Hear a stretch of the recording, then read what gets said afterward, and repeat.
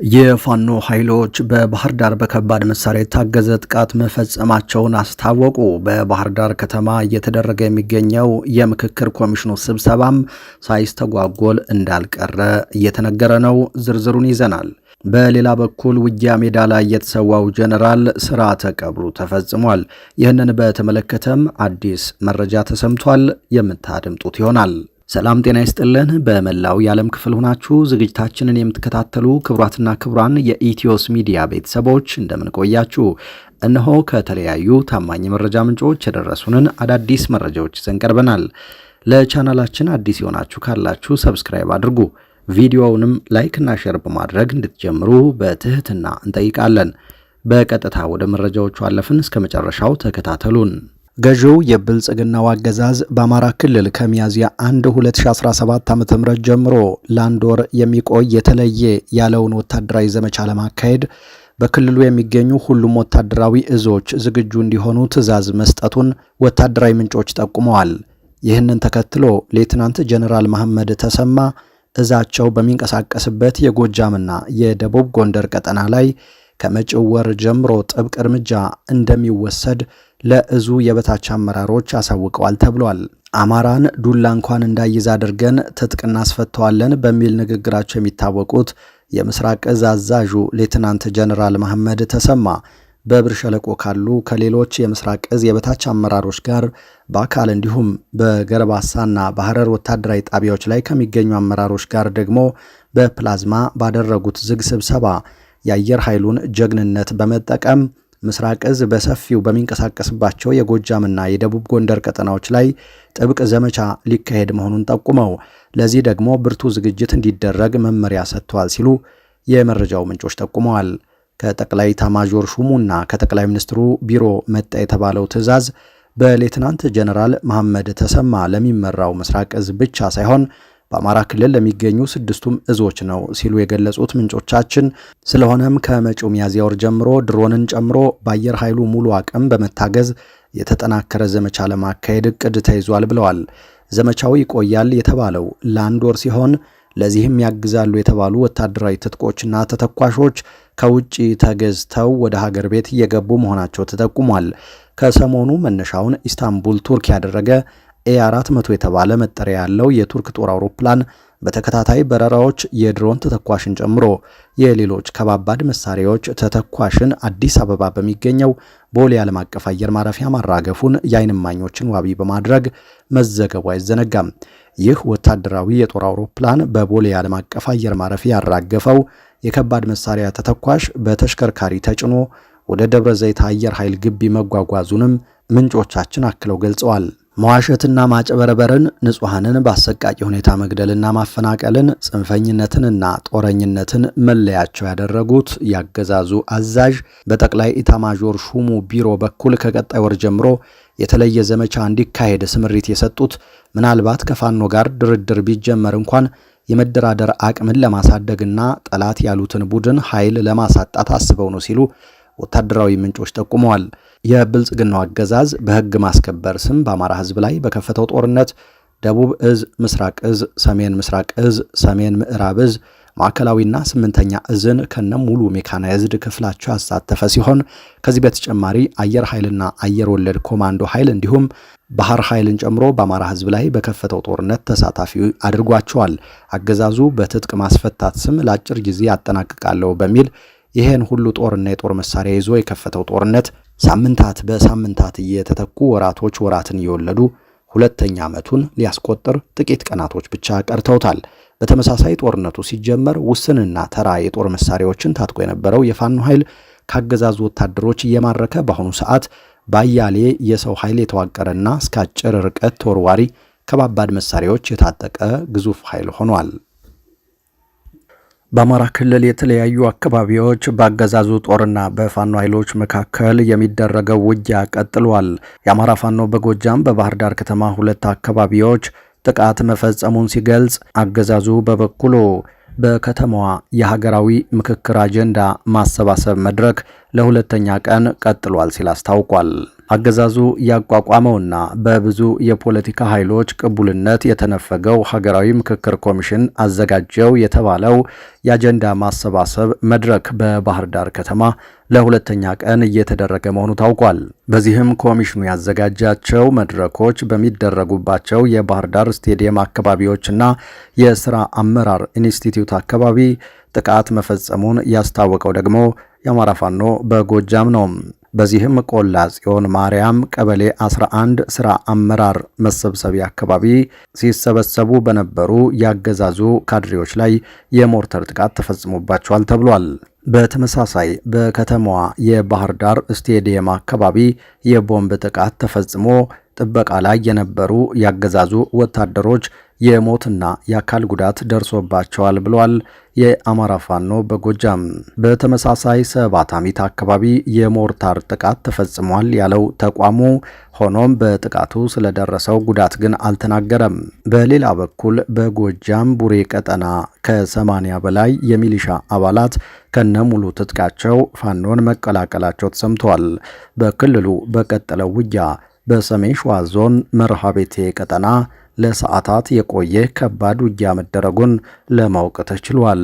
ያገዛዙ ጦር ከለሚና መርሃቤቴ ሎጂስቲክስ ርክክብ ለማድረግ በሚንቀሳቀስበት ወቅት በጀማ ወንዝ ዙሪያ አጥር በር እና ጥቁር ድንጋይ የተባሉ አካባቢዎች ላይ በፋኖ ኃይሎች የደፈጣ ጥቃት ተፈጽሞበታል። የደፈጣ ጥቃቱን ተከትሎ ለሰዓታት የዘለቀ ውጊያ ተደርጓልም ነው የተባለው። በዚህም ያገዛዙ ጦር ላይ ከፍተኛ ሰብአዊና ቁሳዊ ጉዳት ደርሶበታል ሲሉ የፋኖ የመረጃ ምንጮች አመልክተዋል። በዚሁ በሰሜን ሸዋ ዞን በምንጃር ሸንኮራ ወረዳ አረርቲ ከተማ ዙሪያ ደግሞ ከትናንት ምሽት ጀምሮ ውጊያ እየተደረገ እንደሚገኝ የፋኖ የመረጃ ምንጮች አረጋግጠዋል። በተለይም የፋኖ ኃይሎች በተደጋጋሚ በአረርቲ ከተማ በሚገኝ ያገዛዙ ጦር ላይ በሰርጎ ገብ ማጥቃት መፈጸማቸውን ተከትሎ ያገዛዙ ጦር ከትናንት ምሽት ጀምሮ በከተማዋ ዙሪያ አሰሳ መውጣቱን ተከትሎ ውጊያ ተቀስቅሷል ተብሏል። በተያያዘም የአማራ ፋኖ በሸዋ ከሰም ክፍለ ጦር በኦሮሚያ ክልል ምስራቅ ሸዋ ዞን ጉምቢቾ ወረዳ ጦሰኝ ከተማ በመግባት በአካባቢው በነበረ ያገዛዙ ጦር ላይ ከፍተኛ ጉዳት ያስከተለ ጥቃት ፈጽም ያለው ብሏል። በተመሳሳይ በሰሜን ወሎ ዞን ከወልዲያ ወደ ደብረ ታቦር መስመር ወደምትገኘው በቅሎ ማነቂያ የተንቀሳቀሰው ያገዛዙ ጦር ጋር ከባድ ውጊያ መደረጉን የአማራ ፋኖ በወሎ ቤት አማራ አስታውቋል። በፋኖ ቁጥጥር ስር የምትገኘው በቅሎ ማነቂያ ከተማን ለማስለቀቅ በሚል አገዛዙ በርካታ መከላከያ፣ ሚሊሻና አድማ ብተና ፖሊስ በተለያዩ አቅጣጫዎች ያዘመተ ቢሆንም ከፍተኛ ጉዳት ጋር ወደ መጣበት እንዲሸሽ አድርገነዋል ሲሉ ነው የፋኖ ኃይሎች ያስታወቁት። በሌላ በኩል ከትናንት በስቲያ በምዕራብ ጎንደር ዞን ቋራ ወረዳ በአገዛዙ ወታደሮች ላይ የደረሰውን መጠነ ሰፊ ጉዳት ተከትሎም አገዛዙ በንጹሐን ላይ የበቀል እርምጃ እየወሰደ ነው ሲሉ ነዋሪዎች ተናግረዋል። የፋኖ ኃይሎች በቋራ ወረዳ ልዩ ስሙ አይሰዳ የተባለ አካባቢ መጋቢት 26 2017 ዓ.ም አመሻሽ ላይ በፈጸሙት የደፈጣ ጥቃት በከባድ ተሽከርካሪ ሲጓዙ የነበሩ ያገዛዙ ወታደሮች በሙሉ መገደላቸውን የተናገሩት የአካባቢው የመረጃ ምንጮች በዚህ ጥቃት የተበሳጨው ያገዛዙ ኃይል 7 ንጹሐንን እንዲሁም የአካባቢውን ነዋሪዎች በግፍ ጨፍጭፏል ሲሉ ተናግረዋል። በሌላ በኩል አገዛዙ በተለያዩ ወታደራዊ ማሰልጠኛዎች ሲያሰለጥናቸው የቆዩ ወታደሮችን ባለፉት 2 ተከታታይ ሳምንታት እያስመረቀ ይገኛል። በዚህም በሁርሶ ጦል ላይ ብር ሸለቆ እንዲሁም በአዋሽ ማሰልጠኛ ለወራት ስልጠና ላይ የቆዩ ምልምል ወታደሮች አገዛዙ ለዓመታት በቀጠለበት ጦርነት ተተኪ ሆነው ተዘጋጅተዋል ተብሏል። አሁን ላይ ለምረቃ የበቁ ወታደሮች ከተለያዩ አካባቢዎች በግዳጅ ተመልምለው ወደ ስልጠና የገቡ ናቸው በሚል በተደጋጋሚ በሰብአዊ መብት ተቋማት ሳይቀር ሲነገርላቸው እንደነበር የሚታወስ ሲሆን በርካቶችም በስልጠና ወቅት አቋርጠው መጥፋታቸውን የመረጃው ምንጮቻችን አመላክተዋል። በዚህ ሁኔታ በግዳጅ ሰልጥነው ግንባር ለውጊያ የሚሰለፉ ወታደሮችም በተለያዩ ወቅቶች በተግባር እንደታየው የውጊያ ሞራል የሌላቸውና እጅ የሚሰጡ መሆናቸው ሲገለጽ መቆየቱ አይዘነጋም። በሌላ መረጃ የጀነራሉ የቀብር ስነ ስርዓት ተፈጽሟል። የፋኖ ኃይሎች የአንድነት ዘመቻ አድርገን ከፍተኛ የመከላከያ ሰራዊት አዛዦችን ገድለናል ማለታቸው ይታወሳል። ከእነዚህም መካከል ብርጋዴር ጀነራል ሰይፈ አንጊ ይገኙበታል። የቀብር ስነ ስርዓታቸውም ተፈጽሟል ተብሏል።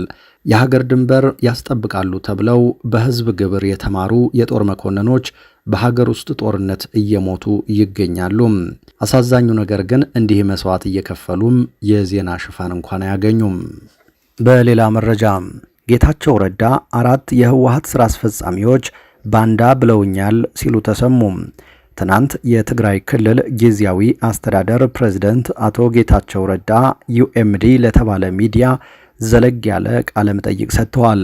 በርካታ ጉዳዮች ባነሱበት ቃለ መጠይቃቸው አሁንም ትግራይ መላቀጡ በማይታወቅ ሁኔታ ላይ ናት፣ በርካታ የትግራይ ህዝብ በከፍተኛ ጭንቅና መከራ ውስጥ ይገኛል ብለዋል።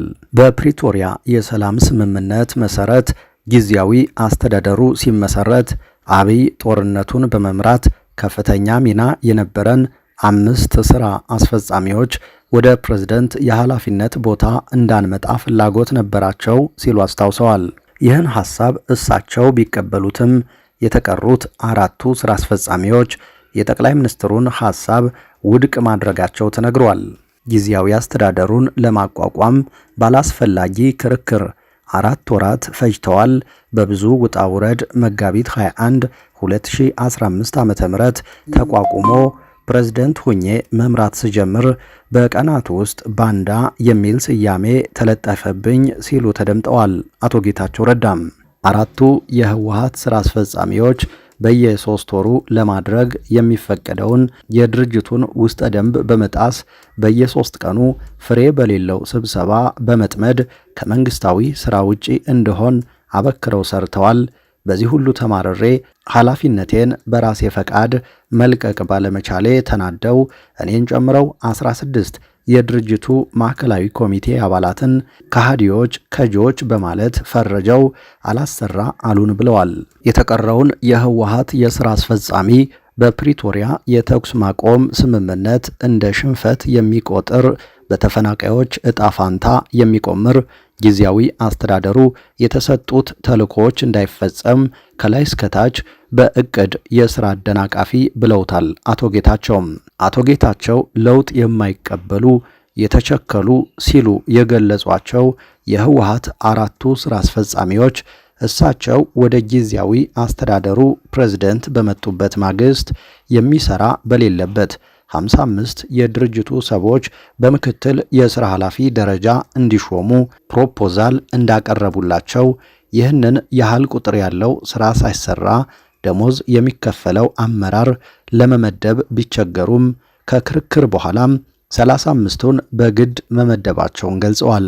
ጡረታ የማይፈቀድበት ክልል ቢኖር ትግራይ ነው ያሉት አቶ ጌታቸው ከጦርነቱ በፊት 2012 ዓ.ም 800 ሚሊዮን ብር የነበረው የመንግስት ሰራተኞች ደሞዝ ጊዜያዊ አስተዳደሩ ተቋቁሞ ስራው በ2015 ዓ.ም ሲጀመር ከ1.2 ሚሊዮን ብር በላይ ማሻቀቡ በክልሉ ያለው ቅጥ ያጣ ብልሹ አሰራር የሚያሳይ ነው ብለዋል። አቶ ጌታቸው ረዳ 4ቱ የህወሓት ስራ አስፈጻሚዎች ሲሉ የጠቀሷቸው ደብረጽዮን ገብረ ሚካኤል፣ ወይዘሮ ፈትለወርቅ፣ አቶ ዓለም ገብረ ዋህድና አቶ ጌታቸው አሰፋ ናቸው። ክቡራትና ክቡራን ለዚህ ሰዓት ያዝናቸው አዳዲስ መረጃዎች እነዚህ ነበሩ። ከሰዓታት ቆይታ በኋላ በሌሎች መረጃዎች ድጋሚ እናገኛችኋለን። እስከዛው በያላችሁበት ሰላም